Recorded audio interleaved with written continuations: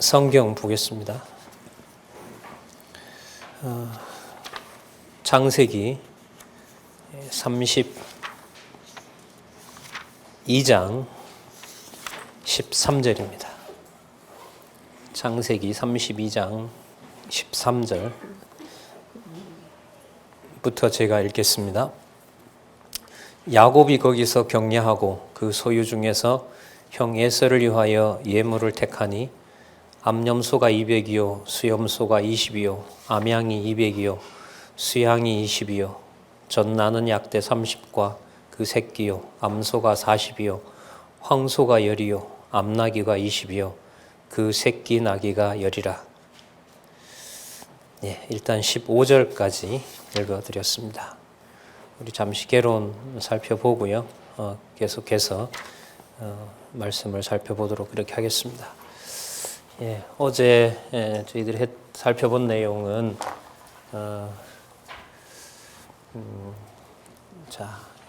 여기서부터 시작할까요? 창세기 29장에서부터 36장까지는 아브라함과 이삭에게 언약했던 내용을 성취하는 구체적인 사건들이 기록이 되어 있습니다.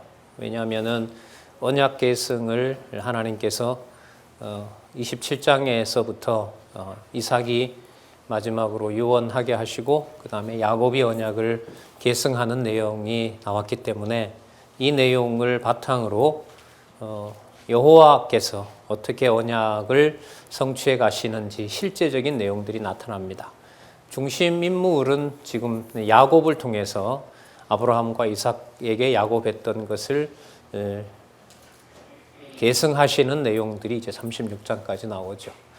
우리가 통상 아브라함, 이삭, 야곱을 이스라엘 택한 백성의 조상이라고 얘기를 하죠. 그 열조와 맺은 언약, 자손 땅 통치 언약이 창세기 12장에서부터 36장까지 아브라함도 그렇고 이삭도 그렇고 야곱도 그렇고 여호와 하나님께서 하신다는 사실을 확증해주고 있는 내용입니다. 이 근거가 바로 이게 2장이니까요. 1장에 보면 그 인류 시조와 언약하신 내용이 나타나죠. 1장에서부터 12장. 그렇게 해서 창세기 1장에서부터 36장까지 여호와께서 인류의 시조와 또 인류의 시조에게 언약한 내용을 이제 셈 계열 중에서 아브라함의 조상들을 택하여서 그들에게 언약하시는 내용. 그러므로 자손 땅 통치를 다 합해서 이제 섭리라고 얘기를 하죠. 그 섭리를 통해서 결국 여호와께서 메시아를 언약하는 섭리를 하는 내용이 바로 여기에 나타나 있습니다. 그러니까 오늘 이제 본문은 이제 이 부분이죠. 언약의 땅으로 돌아옴. 이게 이제 내용이라면은 신학적 의미는 좀 이 내용을 바탕으로 설명을 하면 언약의 땅으로 돌아오게 하심, 이렇게 되면 이제 여호와라는 주어가 붙게 되죠. 우리가 하게 하신다라는 말을 너무나 중요하게 여기는 거죠. 여호와께서 언약하신 대로 언약의 땅으로 돌아오게 하심, 이렇게 됩니다. 여호와께서 돌아오게 하시려면 여호와께서 돌아오게 한다는 증거가 나와야 돼요. 그죠? 그러니까 나타나는 사건들이 여호와가 하신다라고 설명해야 31장과 32장의 제목이 언약의 땅으로 여호와께서 돌아오게 하심. 그리고 두 번째는 우리 큰 주제인 여호와께서 언약의 땅으로 돌아오게 하시는 것은 장차 하나님의 아들 메시아가 이 땅에 오시게 하는 방법하고도 연관이 돼요. 그러니까 마태복음에 나타난 그리스도께서 이 땅에 오시는 과정과 창세기 31장과 32장에서 야곱이 언약의 땅으로 돌아오게 되는 사건하고 무관하지가 않는 거예요.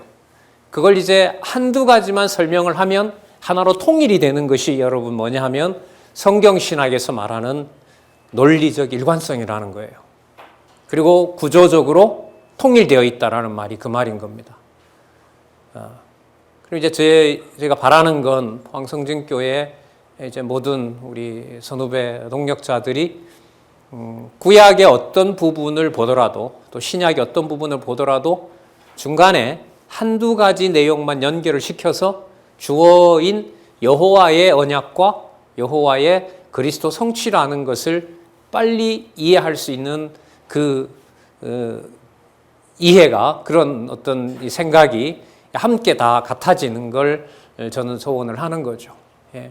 어떤 말씀이 나타났을 때 그 말씀에 대해서 여호와께서, 그리고 구체적인 내용으로 들어가서 언약의 땅으로 야곱이 돌아오게 하신 것처럼 그리스도께서 이 땅에 하나님의 메시아로서, 하나님의 아들로서 이 땅에 오게 하셨구나.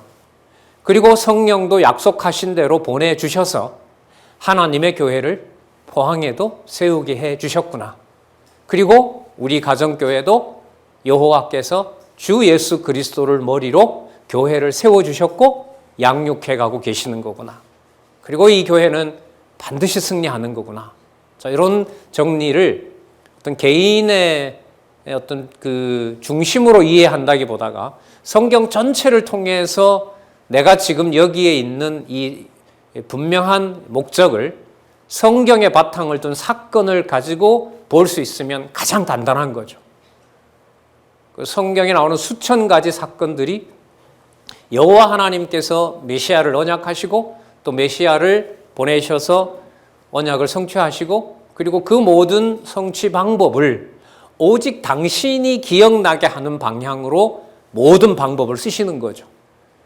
예를 들면 우리 인생에서 혹은 포항성전교회에서 이건 이 당시가 가장 어렵고 속된 말로 최악이었어 라고 하는 그 최악이라는 것이 하나님이 보실 때는 하나님 여호와의 이름을 기억나게 하시고 깨닫게 하시는 최선의 방법이었다라고 알고 믿는 게 같았으면 좋은 거죠.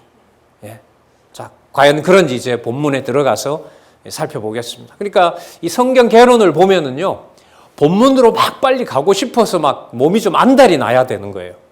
왜요? 구조가 들어올수록, 전체가 보일수록 아주 세밀한 부분까지 여호와가 어떻게 하시는지 관심이 안 갈 수가 없는 거죠. 예, 안 그렇겠습니까? 예. 어디에 예를 들면 보물이 감춰져 있고 그 땅에 보물을 발견했다고 한다면은 빨리 파고 싶고 어디까지 도대체 얼마만한 규모가 그렇게 묻혀 있는지 알아가고 싶은 것처럼 마찬가지인 거죠. 성경 전체가 하나님 계시라는 것이 말을 더하면 더할수록 확증이 된다면 본문 하나하나 들어가서 사람 이름이 나오건 장소가 나오건 어떤 사건이 나오건 사건들이 서로 연결되건 간에 그것은 여호와 하나님께서 살아계신 증거로 찾는 것은 너무나 당연한 거죠. 그럼 그 구조가 선명하게 되면 여러분들과 제가 살고 있는 지금 이 공간과 이 시간, 오늘뿐만 아니라 어제 그리고 그 다음 내일 그 모든 시간이 돌아가는 그 물리적인 시간들을 전부 성경의 바탕을 둔 사고를 한다는 말은 그 사건이 이어지는 것이, 내가 봤을 때는 삶이 이렇게 굴곡이 있는 것 같은데 하나님의 이름을 기억하게 하는 경우로 본다면 그것은 뭐인 거죠? 굴곡이 아니라 직선인 거죠. 그러니까 하나님을, 여호와 하나님의 능력과 존재를 알아가는 데서는 어떻게 보면 구렁이 없는 거죠. 우리가 볼 때 떨어진 거지만 떨어진 그곳에서 여호와 하나님의 존재를 확인하는 거니까요. 과연 그 내용들이 어제도 살펴봤지만 오늘 31장, 32장, 자 33장과 34장에는 갑자기 장소 이름이 나오죠. 숫꽃과 세겜을 정복하는 내용이 나타납니다. 이 연결이 여기 분명히 또 되고 있잖아요. 언약의 땅으로 돌아왔기 때문에 이방인이 지배하던 숫꽃과 세겜도 뭐 할 수밖에 없어요? 정복할 수밖에 없는 거죠. 정복함으로써 야곱과 에서가 번성하는 내용이 나타납니다. 우리가 약속을 좀 기억한다면 에서의 번창은 누구 때문에 일어나는 일이죠? 야곱 때문에 일어나는 거죠. 이스마엘의 번창은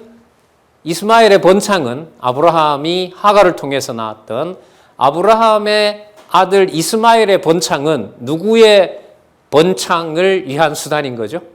그렇죠. 이렇게 보는 겁니다. 그러면 이 짧은 내용에서 뭐가 정리되느냐? 우리 가정이 가정교회라고 한다면, 가정교회라고 믿어진다면 교회를 교회다는 일을 위해서 하나님이 모든 일을 주관해 가시는 게 맞는 거죠. 그러니까 이 성경 본문을 하나님 중심, 여호와 중심으로 이해한 것과 오늘 내가 교회의 머리 대신 그리스도가 우리 가정교회의 주인이다. 그리고 우리 지역교회의 주인이다라는 것을 아는 것을 확증하는 것하고 창세기 본문을 하나님 중심으로 공부해 가는 것하고 차이가 있을까요? 없을까요? 없어요. 공부는 따르고 내 삶은 따르고 이런 이원론이 아닌 겁니다. 이게 폭발적으로 삶에서 하나님의 능력을 보도록 해준 것이 저는 성경신학이라고 보는 거죠. 근래 좀 책을 본다고 이렇게 펴보고 있는데 7월 달에 여러분들 받으셨던 것처럼 그 원로께서 저술하신 그 이제 2차 개정판이 되겠죠.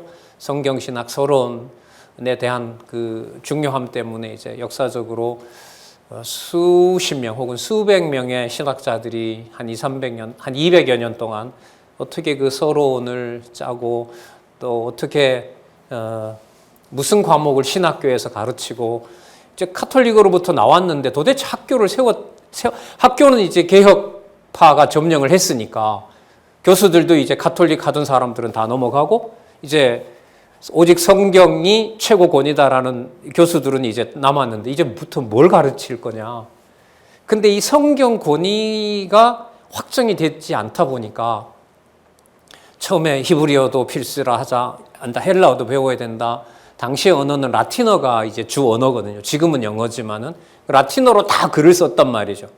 칼빈이나 루터나 이런 사람도 전부 다 라틴어로 썼어요. 그걸 지금 이제 뭐 영어다 독일어로 바꿔놨지. 그러다 보니까 목회를 잘하려면 말 기술도 가르쳐야 된다. 그러니까 웅병과 관련된 수사학도 기본 과목으로 넣어야 된다. 건강을 챙기려고 하니 그게 체육도 넣어야 된다. 그 다음에 수학도 넣어야 된다. 음악도 넣어야 된다. 천문학도 넣어야 된다. 과목이 수십 가지가 늘어나요. 그런데 여러분 성경을 제대로 공부하지 않는 상태에서 과목을 추가한다는 것은 어느 시간을 결국 뺏어버리는 거죠? 성경을 공부하는 시간을 뺏어버려요. 그게 여러분 개혁파 교회가 종교개혁 이후에 150년 지나가면서 그게 이른바 서구의 기독교 대학으로 정립이 돼요.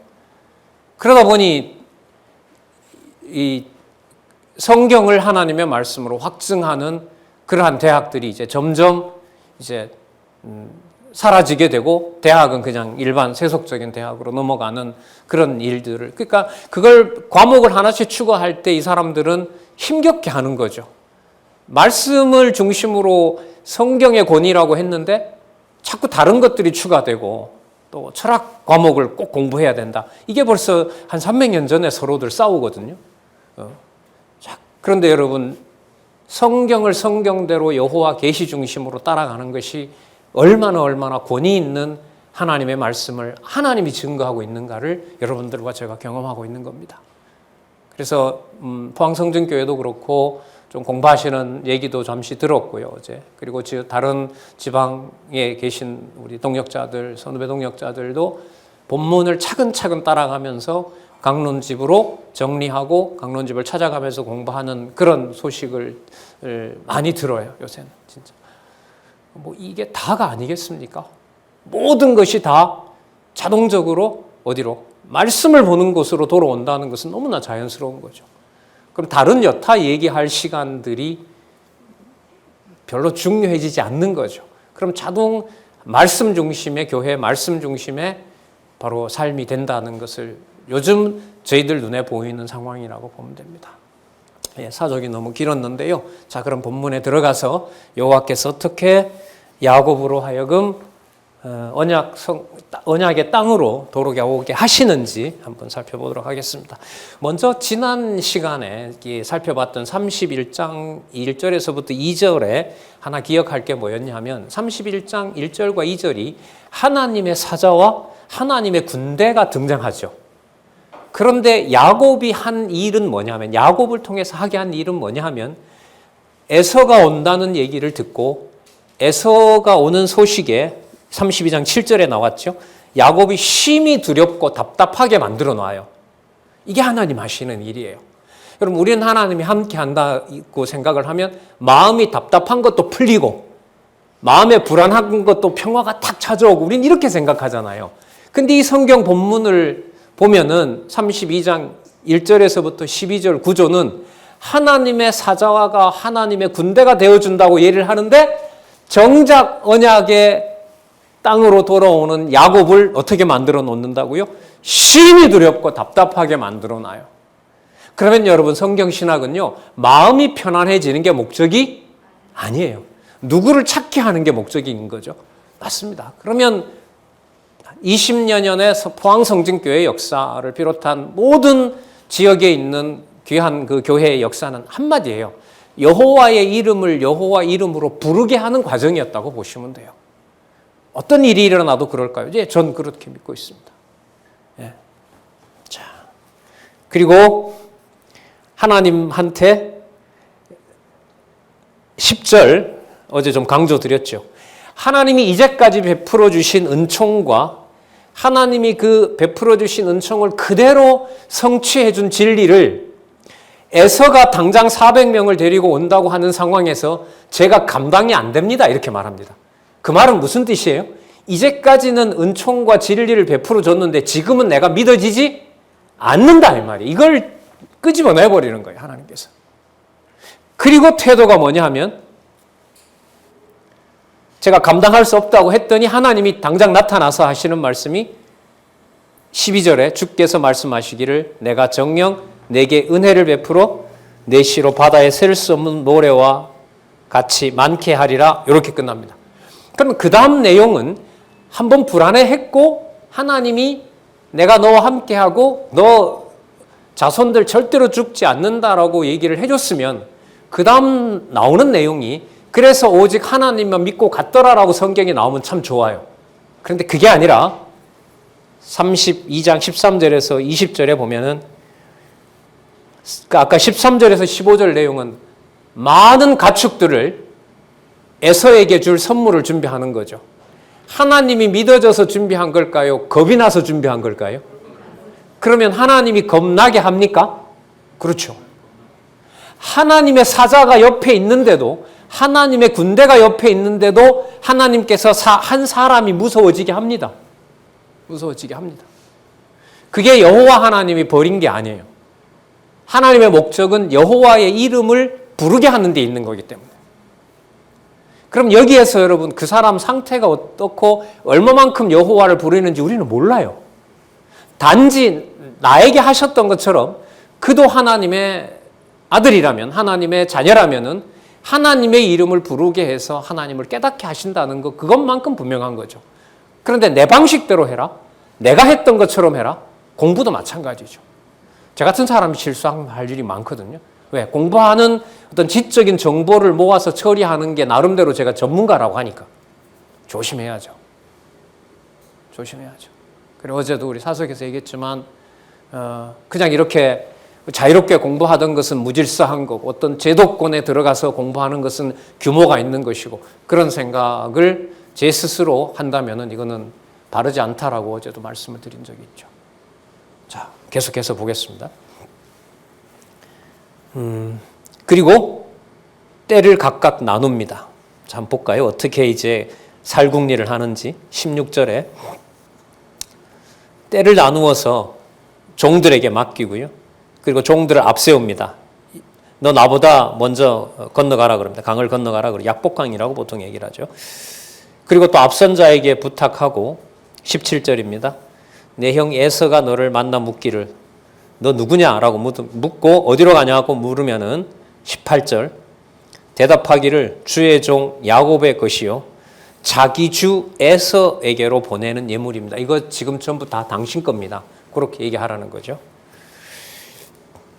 19절에 둘째와 셋째와 각 때를 따라가는 자에게 부탁하여 가로되 너희도 에서를 만나거든 곧 이같이 그에게 고하고 또 너희는 말하기를 주의 종 야곱이 우리 뒤에 있다 하라 하니 자, 야곱의 생각을 성경은 이렇게 드러냅니다. 야곱의 생각에 내가 내 앞에 보내는 예물로 하나님이 아니라 하나님의 사자와 군대를 의지해서가 아니라 내 앞에 보내는 내가 보낸 예물로 인하여 형의 감정을 푼 후에 대면하면 형이 혹시 나를 받으리라 함이었더라. 여러분 우리 세상 살아가는데 이런 궁리 많이 합니까? 안 합니까? 하죠. 그 뇌물죄 구속을 당하려면 하나님을 불신한 우리가 제일 먼저 뇌물죄로 구속이 돼야 된다고 봐요. 이렇게 많이 보고 이렇게 매일 보는데도 하나님이 최고의 주관자고 심판자고 이끌어 간다는 게 여지없이 무너지잖아요. 그럼 여러분 이 20절 옆에다가 이 반대표 화살표를 해놓으시고요. 이런 걸 이제 고민을 좀 하셔야 되는 거죠. 아까 여러분 지금 32장이죠. 죄송합니다. 32장 1절과 2절에 무슨 낱말이 나왔죠? 하나님의 사자와 하나님의 군대. 그러면 언약의 땅으로 인도할 때 누가 앞서서 가신다는 거죠? 누가? 하나님의 사자와 군대. 하나님이 이끌어 간다는 거잖아요. 근데 실질적인 상황은 이건 눈에 보이는 게 아니에요. 실질적인 상황은 자, 이게 반대 구절이 되는 거죠. 32장 몇 절이에 돼요? 20절에 보면 누구의 꾀가 드러나게 돼요? 야곱의 꾀가 다 드러나게 되는 겁니다. 예. 그러면 여러분 이 구조를 이제 어떻게 이제 이해를 해야 되는 거죠? 정반대되는 것을. 그러면 여러분 어떤 게 목적이고 어떤 게 수단이 될까요? 하나님이 하시는 일을 깨닫게 하기 위해서 누구의 모습을 낮춰놔 버립니까? 야곱의 처지를 낮춰놔 버리는 겁니다. 그럼 낮춰놓는다는 게 여러분 사람을 비참하게 한다는 게 아니에요. 왜냐하면은 사람을 궁지로 몰아가면 여러분 자동 하나님을 찾을까요? 안 찾을까요? 삶을 어렵게 만든다면 모든 성도가 다 같이 하나님을 찾아요? 아니요. 바로에게 하나님의 무서운 그 재앙을 더하면 더할수록 바로의 마음이 점점 더 뭐 하게 됩니까? 그렇죠. 이거예요. 진짜 사람이 악이 바친다는 게 여러분들 뭐냐 하면 삶을 내려놓는 게 아니라 가족이고 뭐고 나에게 분리할 때에 사람이 어떻게 사악해지는지는 일상생활에서도 우리가 너무나 잘 알잖아요. 그렇기 때문에 상황을 낮춰놓는다라는 것이 하나님 앞에서 낮아진다는 게 아니에요. 우리는 오래 겪으면 그 감정에 같이 동화가 되면서 당신의 의견에 내가 존중합니다라고 하면서 서로 공감이 일어나는지는 몰라도 공감이 일어나는 게 하나님을 찾는다고 생각해서는 안 돼요. 그러면 하나님을 찾는다는 것, 찾게 하는 것이 낮게 하시는 방법인데, 낮아지게 하는 목적인데, 그 낮아지게 하면서 하나님을 찾도록 하나님이 해주셔야 돼요. 이게 지금 이 내용의 대조가 되는 부분이에요. 그러니까 우리가 비판을 한다면 이렇게 하나님이 와서 그날 밤에도 나타나서 너를 살려주겠다고 했는데 이 하는 짓 보면 막 이건 진짜 불신앙이잖아요, 야곱에게는. 근데 이렇게 하나님이 하세요. 왜? 믿음이 선물이니까. 은혜가 선물이고 아까 읽었던 대로 은혜와 진리가 하나님께서 주시는 선물이기 때문에 여호와의 선물이기 때문에 야곱이 두려워서 말을 했지만 은혜와 진리도 인간이 감당할 수가 있다 없다? 없다. 인간이 감당할 수 없다는 것을 보여주는 내용이 야곱이 400명의 무리를 데리고 코앞에 다가온 형 앞에서 보여주는 바로 이런 모습이에요. 그러니까 하나님의 언약을 성취할 수 있는 조건이 아브라함, 이삭, 야곱이라는 사람에게 혈통에 달려있는 게 아니에요. 그럼 반발하죠. 세상에 그러면 누가 그런 일을 할 수 있는 거냐? 할 수 없죠, 세상 사람은. 그런데 여기에서 보세요. 아까 말씀드린 대로 육의 몸으로 왔지만 하나님이 싫어하는 일을 하나도 하지 않고 하나님의 모든 기뻐하는 일을 육신의 몸을 우리처럼 똑같이 가지면서도 한 번도 범죄하지 않고 의도도 사악하지 않고 아버지 뜻에 그대로 순종하고 따라간 분은 오직 한 분밖에 안 계세요. 그분이 누구시죠? 주 예수 그리스도예요. 이 성경 신학을 보고 여호와 기독론이 약하다라고 하는데 그건 진짜 무식한 소리예요. 오늘 제가 잠시 읽어드렸던 32장 13절과 20절도요. 마태, 마가, 누가, 요한복음에 나타난 예수님의 그 사역과 예수님의 말씀에서 얼마든지 연결을 시킬 수가 있는 겁니다. 그런 어떤 여러분 권위 있는 성경의 이 말씀을 여러분들과 제가 지금 이대로 따라가는 겁니다. 예. 자, 그러면 여호와께서 하나님의 사자와 하나님의 군대로 인도해 가는다는 사실을 확증해 주기 위해서 야곱의 행세를 통하여 하나님을 전능자로, 여호와를 전능자로 섬길 수 없게 하시는 내용. 말했던 대로 은혜와 진리를 제가 감당할 수가 없다. 그러니까 우리가 기도할 때 하나님이 주신 은혜와 진리를 감당하게 해 주시옵소서라는 기도 이전에 전제가 있어요. 하나님이 주신 은혜와 진리를 제가 감당할 수가 없습니다. 없잖아요, 지금. 없잖아요. 없다라는 걸 고백하게 하잖아요, 야곱으로 하여금. 그러므로 오직 하나님께서 하나님의 은혜와 진리를 주관해 주셔야 됩니다. 할 수가 없습니다. 보혜사 성령의 능력, 이러면 말씀을 안 볼 수가 없죠. 그렇게 보면 성경이 그렇게 보이느냐? 다 보이는 거죠. 우리가 지금 그 길을 따라가고 있거든요. 자, 하나님의 약속은 분명해요. 위급할 때 나타나서 안 죽인다고 했고 돌아가게 하겠다는 약속도 있었습니다. 바단 아람에서 나타나셨죠. 에서가 오니까 또 나타나셨죠. 지난 시간에 살펴봤던 대로 외삼촌 라반이 죽이려고 쫓아오자 라반에게 나타났죠. 여러분, 이게 임마누엘 하나님의 증거인 겁니다. 여러분의 삶이나 저 삶이나 주 예수 그리스도가 머리 되시는 여러분의 작은 가정교회에서부터 이렇게 함께하는 양육 지역에 있는 많은 교회들에게 일어나는 일은 하나입니다. 주 예수 그리스도가 머리이시기 때문에 은혜와 진리를 감당할 수 없고 오직 주 예수 그리스도께서 보내신 성령께서 진리의 말씀으로 여러분들과 저를 이끌어 주셔야만 가능한 겁니다. 이게 절박한 거죠. 제가 왜 가끔 그런 말씀 드리잖아요. 이 강의를 위해서 준비하는 거 말고 가능한 한 저는 여유 있게 시간 쫓기지 않고 한 구절 읽고 여러 군데 생각하고 그 영혼에 읽었던 봤던 말씀들을 혼자 이렇게 생각하고 싶은 시간이 굉장히 많아져. 점점 많아져요. 다행스럽게 생각을 하는 거죠. 예? 자, 근래 공부하시는 우리 지체들의 그런 공부 태도나 그 방법을 보면 그 방법도 거의 유사해져 갑니다. 뭐 성경을 구절구절 읽어 나가는데 이 성경 개론의 이 안내를 받지 않으면 안 된다는 건 누구나 잘 알고 계시니까요. 자, 그럼 한번 보겠습니다.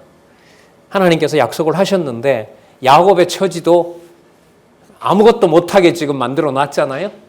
그렇다면 여호와께서는 이제 은혜와 진리를 당신이 주관해 간다는 걸 알려주셔야죠. 한번 보시자고요. 32장 21절에서부터 32절. 야곱이 천사와 씨름하다가 이스라엘이란 이름을 받습니다. 그럼 이스라엘은 어디의 이름이 되죠? 나라 이름인 거죠. 참 놀랍지 않아요?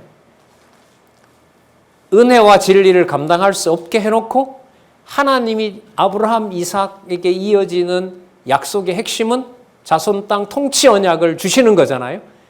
그 주신다는 확증을 야곱의 이름, 야곱이라는 이름은 여러분 좋은 이름이 아니잖아요. 남의 것을 훔쳐먹은 놈, 이런 뜻이 야곱이거든요. 그런데 그 야곱을 이름을 바꿔서 이스라엘, 하나님과 다투어서 이긴 자, 이렇게 바꿔 놔버리는 거죠. 그러면 은혜와 진리를 감당할 수 없다고 했던 야곱에게 은혜와 진리는 전적으로 하나님이 주신 것이라는 것을 이름을 바꾸면서 이 일을 확정해 주시는 거죠. 그래서 결론부터 말씀드리면 언약의 땅으로 돌아오게 하시면서 누구의 이름을 또 한 번 확인해 주신다? 여호와의 이름을 확인해 주신다. 자, 보겠습니다. 예물은 이제 앞에 갔고요. 무리 가운데서 앞서 세웠으니까 자기는 이제 하룻밤 거기서 이제 잠을 잡니다. 먼저 건넜으니까 자기는 이제 안 건너가고 있으니까 저쪽에 나쁜 소문이 오면 이제 도망가야 되니까요. 그런데 22절, 밤에 일어나 두 아내와 두 여종과 11아들을 인도하여 약복 나루를 건널세. 그들을 인도하여 시내를 건너며 그 소유도 건네고, 고담 하는 짓을 보세요. 야곱은 뭡니까? 혼자 안 건너가요. 누구까지 보내놓고 두 아내, 두 여종, 그리고 11아들까지 사랑하는 요셉까지도 건네놨는데 자기는 안 건너가요. 이런 인간이 어디 죄송합니다. 끝까지 낮춰놔버리죠. 그러면 여기서 답이 또 하나 나오죠. 언약의 땅으로 돌아오게 한 분은 오직 누구이시다? 여호와 하나님이다. 그럼 우리 궁지에 몰아넣는 건 너무 당연하죠. 이렇게 보면. 자, 여기에서 이제 하나님이 하신다는 것을 확인해 줍니다.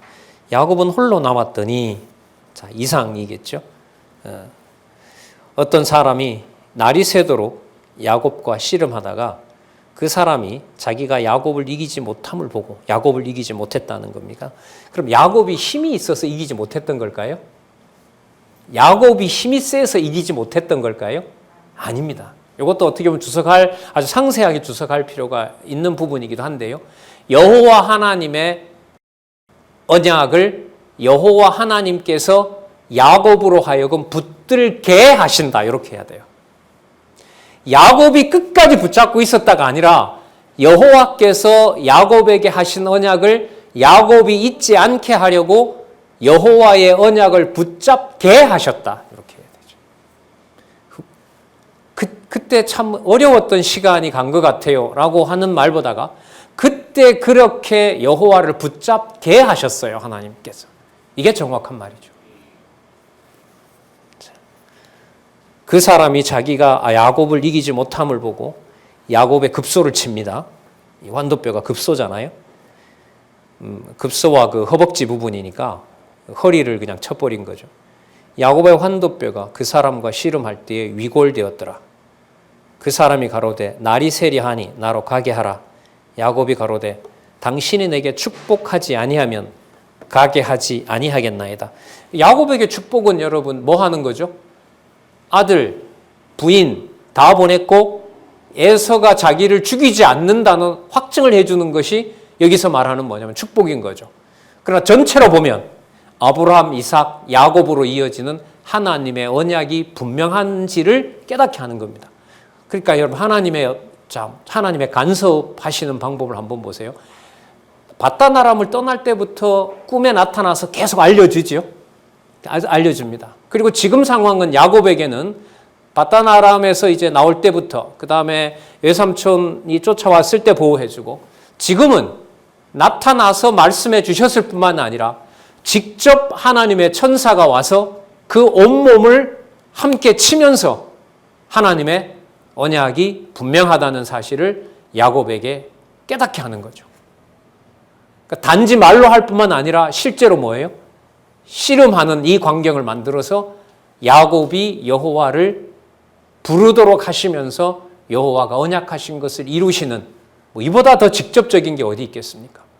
굳이 신학적으로 그리스도가 오셔서 제자들과 같이 이 땅에 오셔서 육의 몸으로 함께 살아가는 모습과 관계되어 있다. 틀리진 않겠지만 그렇게 가지 않는다 하더라도. 예. 자, 27절 볼까요? 그 사람이 그에게 이르되 내 이름이 무엇이냐? 그가 가로되 야곱이니이다. 그 사람이 가로되 내 이름을 다시는 야곱이라 부를 것이 아니요 뭐라 부릅니까? 이스라엘이라 부를 것이니 이는 내가 하나님과 사람인데 더불어 겨루어서 이겼다. 하나님과 겨루어서 이겼다. 이게 바로 이스라엘이라는 이름인 겁니다. 하나님과 겨루어서 이겼다는 것은 앞에 나타났던 축복하고 관계가 있는 거죠. 왜? 에서가 와서 다 죽여버리게 되면 하나님이 언약대로 이루는 여호와라는 사실이 부정되는 거니까. 그러면 아브라함, 이삭, 야곱의 혈통들은 누구의 자녀가 아니죠? 하나님의 택한 자녀가 될 수 없죠. 언약 자손이 될 수가 없는 거란 말이죠. 여러분, 이러한 구체적인 역사를 예수님 오시기 한 2000년 전에만 했을까요? 지금은 보혜사 성령께서 더 치밀하게 인도해 가실까요? 더 치밀하게 하시죠. 성령께서 내주하시는데 그 치밀함을 우리가 어떻게 할 수 있을까요? 한 절 한 절 읽어 나가면서 그게 관절과 골수에 배어드는 거죠. 그게 우리가 말하는 일용할 양식인 겁니다. 그럼 매일 먹으면 너무 좋고, 예? 진짜 이상적인 얘기지만 그냥 우리나라는 뭐 아직 그런 데가 없습니다만은 그 옛날 그 미국의 청교도들을 보면 그 모여서 학교 짓고 병원 짓고 그 다음에 교회 짓고 그 약간 떨어진 곳에 농장에다 자기 집 짓고 애들을 모아서 학교와 교회가 있는 곳으로 그야말로 유학 보내고 그리고 주말에는 와서 있다가 다시 또 보내고 유럽에서 그런 생활이 있었죠. 유럽에 옛날에 보면 뭐 루터나 칼빈이나 이런 시대에 보면 다 전부 다 수도원, 대학 이런 데 가서 다 성경을 공부했으니까요. 신학을 공부하고 했으니까. 이제 그런 문화 속에서 매일매일 말씀을 볼 수 있으면 참 좋겠죠. 근데 지금 그게 불가능하다고 할 수 없는 게 시공간을 초월해서 사이버 공간이라는 게 있잖아요. 손바닥 안에서 모든 것을 공부할 수 있는 상황이기 때문에 성령께서 진리의 말씀으로 소통하게 하시는 대역사가 현재 디지털 정보혁명 시대에 여러분들과 저는 누리고 있는 겁니다. 치밀하게 하나님께서 관여를 하시는 거죠. 자, 29절 볼까요? 야곱이 이번에 물어요.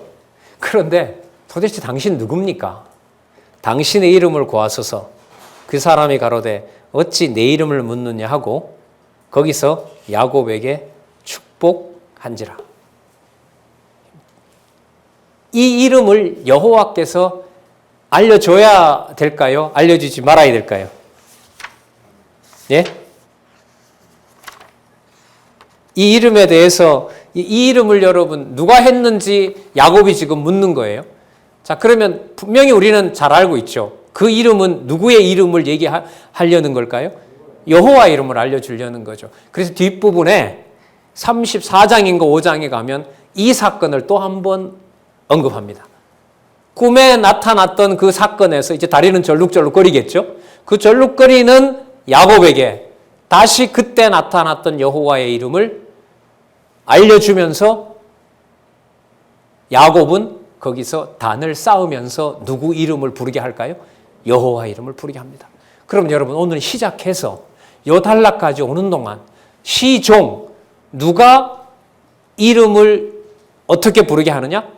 여호와께서 여호와의 방법으로 치밀하고 부족함 없이 여호와의 이름을 부르게 하는 과정이었다라는 사실을 우리가 여기서 확신할 수가 있는 거죠. 자, 조금 더 볼게요. 30절. 그러므로 야곱이 그곳 이름을 브니엘이라 하였으니, 브니엘은 여러분 나와 있는 것처럼 하나님의 얼굴입니다. 그러니까 질문은 했지만 바로 그게 하나님을 만났다라고 깨닫게 되는 겁니다. 그리고 진짜 자기가 만난 분이 여호와 하나님인 줄을 나중에 하나님이 또 나타나세요. 또 나타나서 네 이름이 이스라엘로 바뀌었다. 그걸 나중에 또 알려주십니다. 자, 좀 더 볼까요? 브니엘이라 하였으니 그가 이르기를 내가 하나님과 대면하여 보았으나 내 생명이 보존되었다 함이더라. 피조물로 죄인으로 하나님을 만났는데 죽지 않는다는 거죠. 자, 그가 브니엘을 지날 때에 해가 돋았고 그 환도뼈로 인하여 절었더라. 그 사람이 야곱의 환도뼈 큰 힘줄을 친 거로 이스라엘 사람들이 지금까지 환도뼈 큰 힘줄을 먹지 아니하더라. 하나의 계시적인 이제 사건이 된 거죠. 자, 여러분 32장, 자 31장에 라반으로부터 나가라고 떠나게 하신 다음에 무사히 라반의 지역에서 벗어나게 하고요. 그리고 땅 경계까지 지어주고, 자, 오늘 살펴본 32장 내용은 다가오는 맞으러 나오는 400인의 에서의 군대 앞에서 야곱을 여지없이 낮추시면서 하나님의 언약은 하나님이 이루어 가시고자 하나님의 사자를 군대와 같이 이끌어가면서 한치의 착오도 없이 언약의 땅으로 돌아오게 오시는 섭리를 우리는 32장에서 확인했습니다. 그러면 여러분 그 다음을 앞부분을 이렇게 여호와 계시 중심, 여호와께서 살아계시고 여호와께서 모든 것을 치밀하게 주관해 가신다는 것을 확인했다면 다음에 나올 내용에서도 당연히 예상하는 내용은 뭘까요? 어떤 사건 뭐가 나오더라도 누구의 이름과 관련된 사건으로 나온다? 여호와 계시오. 여러분 그게 맞다면은 지난주 혹은 10년 전에 포항성진교회에서 말씀드리면서 신앙생활한 것과 오늘과 그 다음 내용들이 다가오진 않았지만 연관이 되겠죠. 누구 중심으로 가고 있다? 그렇죠. 여호와의 존재와 여호와의 능력을 향하여 가고 있다. 이걸 성경신학은 너무나 선명하게 여러분들과 저를 안내하고 있는 겁니다. 그 공부에 보내는 시간이 점점 늘어나는 것은 너무나 당연한 거고요. 하지만 그 시간들을 성령께서 열매를 맺게 하시는 성령의 열매가 맺히면서 하나님의 교회가 양육되어 가는 거죠. 방법은 우리 눈에 귀에 만족스러운 방법이 아닐 수 있어도 그 사건 중에 하나가 어디서 또 펼쳐지느냐? 숫곡과 세겜에서 펼쳐집니다. 이렇게 연결이 됩니다.